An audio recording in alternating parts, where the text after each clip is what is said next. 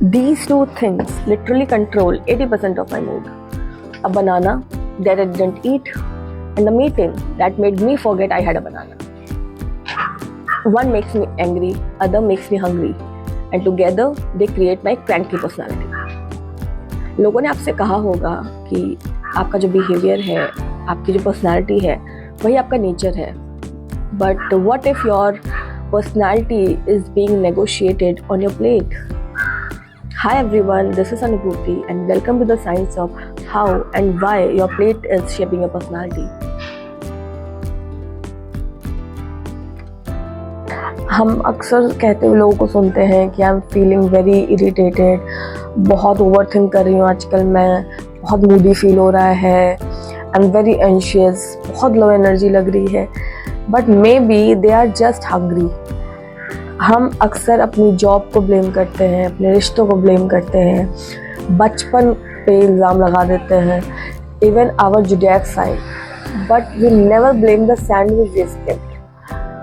देखो, हमारा जो ईटिंग पैटर्न है वो हमारे न्यूरोकेमिकल पैटर्न को बनाता है और वही न्यूरोकेमिकल पैटर्न हमारी पर्सनालिटी पैटर्न को बनाता है. तो आपकी जो पर्सनालिटी है वो आपके सितारों में या आपके हाथ की लकीरों में नहीं है. It is somehow shaping in your plate. तो अगर आप कह रहे हो I am a over thinker, no बाबा, your cortisol is freelancing because you are skipping the meal. तो आपकी पर्सनालिटी ड्रामेटिक नहीं है, बल्कि आपका खाली पेट ड्रामेटिक है.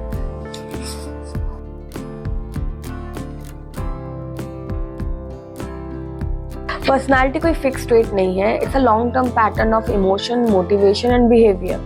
ये तीन चीज़ें जो हैं वो डिपेंड करती हैं न्यूरोट्रांसमीटर्स पे. पहले समझते हैं न्यूरोट्रांसमीटर्स क्या है. न्यूरोट्रांसमीटर्स जो हैं वो ब्रेन के केमिकल मैसेंजर्स होते हैं जो नर्व सेल से टारगेट सेल्स जैसे मसल सेल, ग्लैंड सेल्स तक सिग्नल्स को ट्रांसफ़र करते हैं. ये बहुत एसेंशियल होते हैं कंट्रोल करने के लिए बेसिक फंक्शन जैसे कि हार्ट रेट हो गया, breathing, to the more complex one like thinking, feeling, learning, movement. होते कौन कौन से हैं? Cortisol, dopamine, serotonin, melatonin and GABA. ये जो न्यूरोट्रांसमीटर्स होते हैं ये एक रिदम फॉलो करते हैं और वो रिदम बनाता कौन है? हमारा eating pattern. It's not about the food item you are having. It's about the pattern like timing, gap, frequency, protein placement, glucose curves, gut microbes diversity, texture.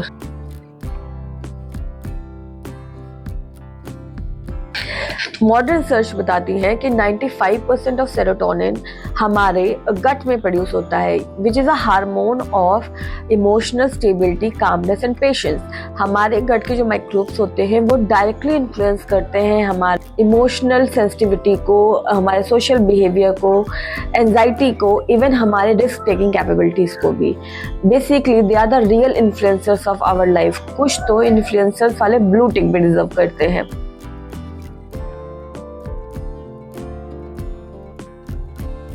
Studies के according unstable blood sugar creates impulsiveness, irritability and poor emotion regulation. और low glucose आपके patience level को बहुत reduce कर देता है. People make literally the worst moral decision when they are hungry.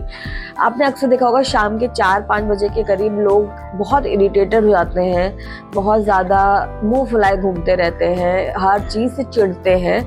It's not because of any cosmic energy or कोई negativity. It is all because their glucose is saying, "भाई, I am dying."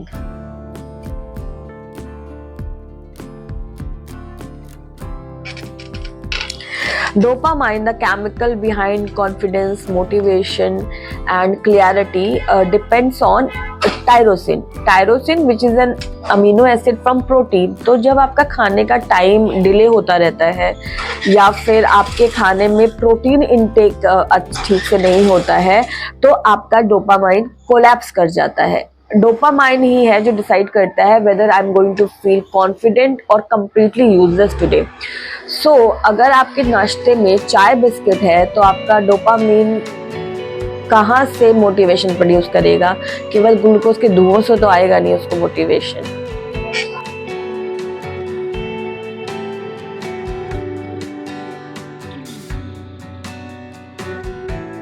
Late night eating disturb करती है आपके melatonin को। Melatonin जब disturb होता है तो उसकी वजह से आपकी नींद बहुत ख़राब होती है, आपको ठीक से नींद नहीं आती है और जिसकी वजह से हम बहुत ज़्यादा इमोशनली अनस्टेबल फील करते हैं। ठीक उसी तरीके से जब हमारे खाने का कोई टाइमिंग डिसाइडेड नहीं होता है, हम कभी जल्दी खा रहे हैं, हम कभी लेट खा रहे हैं, कभी हम बहुत ज़्यादा लेट खा रहे हैं, तो उसकी वजह से आपका कॉर्टिसोल डिस्टर्ब हो जाता है, जिसकी वजह से आपकी ओवर थिंकिंग, एंजाइटी बढ़ जाती है। तो कभी कभी हम कहते हैं we are very sensitive, we are feeling very anxious. Half of this drama is because of your empty stomach. तो आपका ब्रेन ओवर ड्रामेटिक नहीं है, आपका जो खाली पेट है वो ओवर ड्रामेटिक है।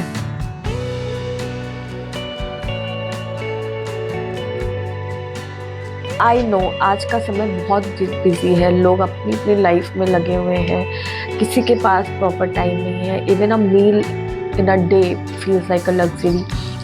तो ऐसे में खाने को लेके इतना पर्टिकुलर होना कि हम कितना प्रोटीन ले रहे हैं, हम कितना फाइबर ले रहे हैं, हमारा ग्लूकोज लेवल कैसा है, हमने खाया कि नहीं खाया, हमने दिन में 4 बार खाया कि नहीं खाया, इतना हम नहीं कर सकते हैं। देखो हम किसी आश्रम में नहीं रह रहे हैं, ठीक है। I am not asking you to be a diet monk कि सुबह 5 बजे उठो आप और खीरा ककड़ी काटो अपने लिए, but there has to be a pattern, okay. Your gut doesn't need a perfect meal, it needs predictable signals. If you are having just 1 banana and 5 almonds, तो भी आपका गट स्टेबल फील करेगा। आप प्रोटीन ले लो पहले मील में, आप लंच में कर्ड ले लो, आप कोई फ्रूट ले लो, आप नट्स खा लो। देखो आपका ब्रेन ना बहुत लो मेंटेनेंस है, बस उसको समय पर भोजन करा दो आप।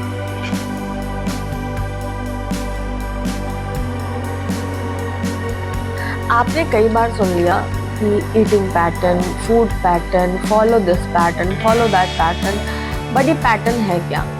देखो पैटर्न बहुत तरीके के हो सकते हैं।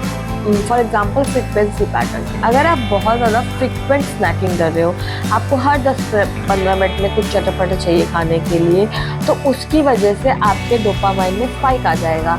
आप बहुत ज़्यादा इम्पल्सिव पर्सनालिटी के हो जाओगे, आप बहुत जल्दी बोर हो गए चीज़ों से, आपका जो डिसिप्लिन है वो बिल्कुल नहीं रह जाएगा, बहुत कम हो जाएगा, आप कभी भी कुछ भी करोगे। ऐसे ही अगर बहुत ज़्यादा गैप आ जा रहा है, मतलब मैंने सुबह पहला खाना खाया और मैं बाद में सीधे शाम को खा रही हूँ, तो उसकी वजह से क्या होगा, मेरा कॉर्टिसोल स्पाइक कर जाएगा, मुझे बहुत एंशियस फील होगा, इरिटेट होने लगूंगी, मैं ओवर थिंक करूँगी। ऐसे ही अगर आप मॉर्निंग में प्रोटीन इंटेक बहुत कम रख रहे हो या नहीं कर रहे हो, तो आपका डोपामाइन लो हो जाता है।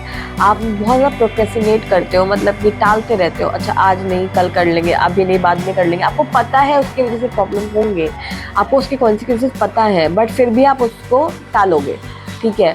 आपके अंदर बहुत खुद को लेके बहुत नेगेटिविटी आ जाएगी।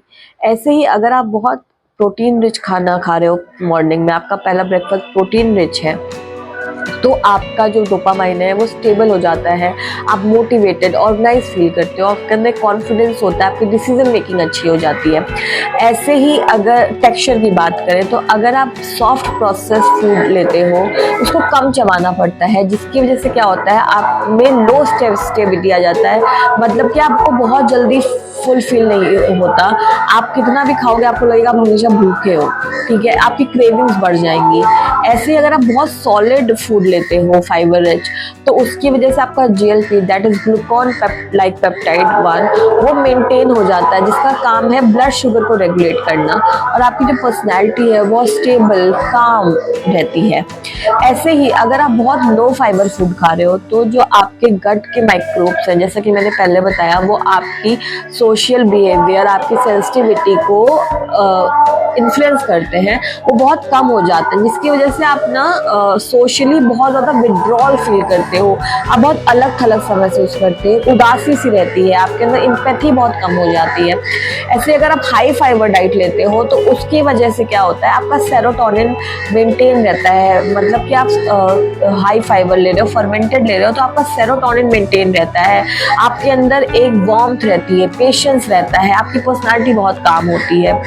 आप देखोगे जैसे जो स्टूडेंट्स होते हैं जो हॉस्टल्स में रहते हैं वो अक्सर मैगी, चाय, बिस्किट, चिप्स इसी पे डिपेंडेंट रहते हैं। वो एग्ज़ाम देने जाते हैं फुल कॉन्फिडेंस से कि बस आज तो मैं एकदम टॉप करके आऊँगा, बट उनकी शिकायत रहती है कि मेरा फोकस ही नहीं बन रहा। मैं क्यों नहीं फोकस कर पा रहा हूँ? क्योंकि बेटा your brain is running on fumes, कैसे फोकस होगा?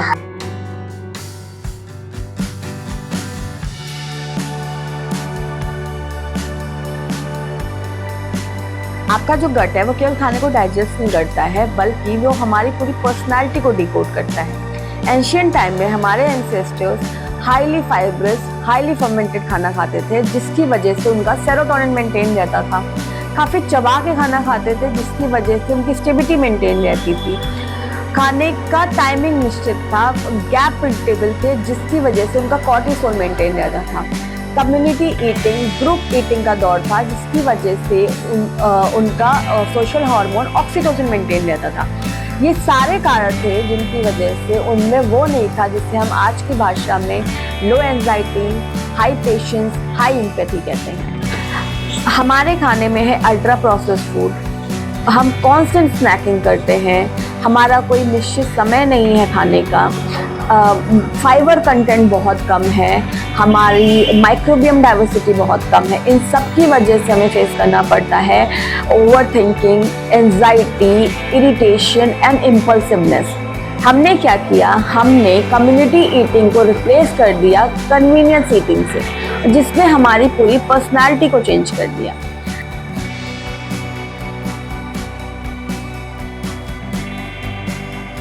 हमें किसी रूल की या किसी फैंसी राइस की ज़रूरत नहीं है, हमें बस 4 रिदम को फॉलो करना है। Rhythm of first bite, protein लो, डोपामाइन मेंटेन रहेगा, कॉन्फिडेंस आएगा। आप rhythm of gap, gap maintain रखो, पर्टिकुलर प्रेडिक्टेबल गैप रखो, कॉर्टिसोल मेंटेन रहेगा, कामनेस आएगी। Rhythm of fibre, fibre intake maintain रखो, माइक्रोबियम डाइवर्सिटी मेंटेन रहेगी, आपका सेरोटोनिन लेवल अप रहेगा, आप एक वार्म आइडेंटिटी की तरह निकलोगे। रिदम ऑफ नाइट, आप रात को टाइम से खाना खा लो, जल्दी खाना खा लो, मेलाटोनिन मेंटेन रहेगा, नींद अच्छी आएगी। Next day you will have a reflective personality. देखो, you are not weak, you are not unstable, you are not that kind of person, you are just a rhythm waiting to be repaired. हमारा eating pattern हमारी personality को shape करता है। तो अगली बार जब आपको अपनी पूरी पर्सनालिटी पे डाउट हो, आपको अपनी पूरी लाइफ को ब्लेम करें, तो उससे पहले रुककर कुछ खा लेना, क्योंकि हो सकता है ये आपका खाली पेट आपको सोचने पे मजबूर कर रहा हो। और ऐसा मैं नहीं कह रही हूँ, ऐसा साइंस कहती है। That's all for today. Hope you enjoyed the video. For more such content, stay tuned to Nature and Nurture Talks. I'll see you in the next video. Till then, take care and be happy.